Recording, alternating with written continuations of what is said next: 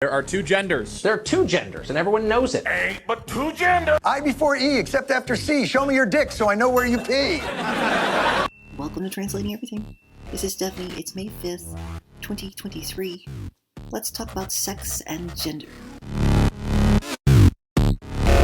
There are many different kinds of trans people. I'd argue the most harmful impact of stereotypes toward trans people isn't whether they're true, because they often are, but because they're taken as monolithic and comprehensive, which they often aren't. As Jon Stewart said in his recent trans-allied exploration of gender, sex, and identity. Here's that quote. We are in a new dawn of gender and sex complexity, where those who don't fit into a simple binary are meant to be seen with humanity. But no, this guy did not stop there. He proved himself a dedicated trans ally when he went on to say, The problem with gender and sex, or both, it turns out none of this shit is simple. We didn't just ask a geneticist, we asked endocrinologists and a few psychiatrists and gynecologists, and they all said the same thing. Intersex, trans, non-binary, and all the other gradations on the gender, future, sex, love, sounds continuum are normal human variation. And whatever discomfort we may feel in the changing norms of reality, myself included, it is no match for the discomfort and fear felt by those seeking acceptance. Now, of course, I come to you with a point, and that is, I am a woman. I have a woman's body. I've always had a woman's body.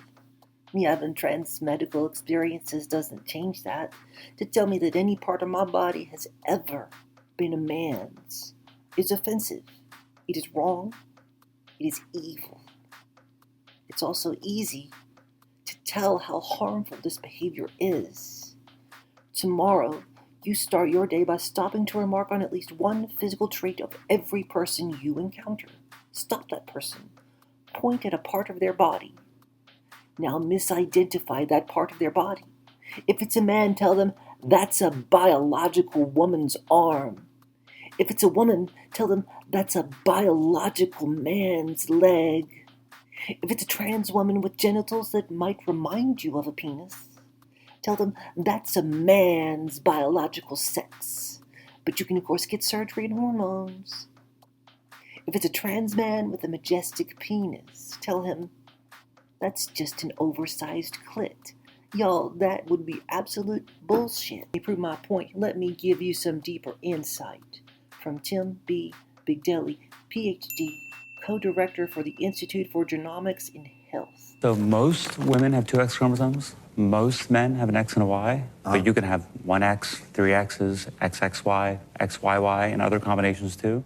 And all of what we're talking about is related to but distinct from the idea of gender, which reflects, one's lived experiences, their identity, even sociocultural factors. One fact for you, John. Among men of a certain age, about a third of them, we can actually detect that some of their cells, some of their circulating white blood cells, have actually lost their Y chromosome. What can we say to that except it's just that none of this shit is simple. When we look at the fleshy bits that make up a person's genitals, we really have no idea whether we're looking at a penis, a vagina, or something else entirely. Not until we talk to the person, the individual. While the terms male sex and female sex have long held practical function and purpose in medical fields, they are increasingly just stupid and outdated. They are holding us back.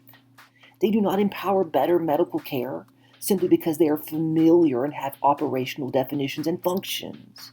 They force children like me to be pushed in one direction rather than allowing us to determine our own destinies as we mature.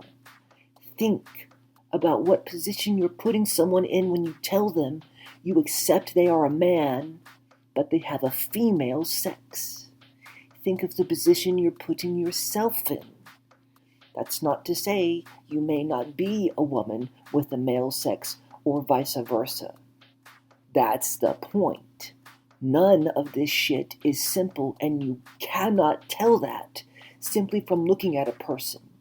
There may be an infinite number of variables that you simply cannot account for inside of a person that is determined and manifested and emergent from their entire central nervous system.